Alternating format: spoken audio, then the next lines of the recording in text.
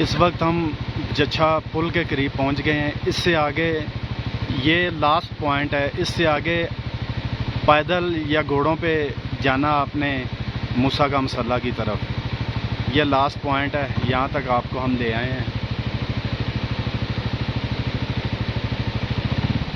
ये लास्ट जहाँ तक जाएगा हम आपको लेके जाएंगे। इससे आगे ना गाड़ी जा सकती है, ना मोटरसाइकिल जा सकती है। इस पुल से आगे सिर्फ पैदल।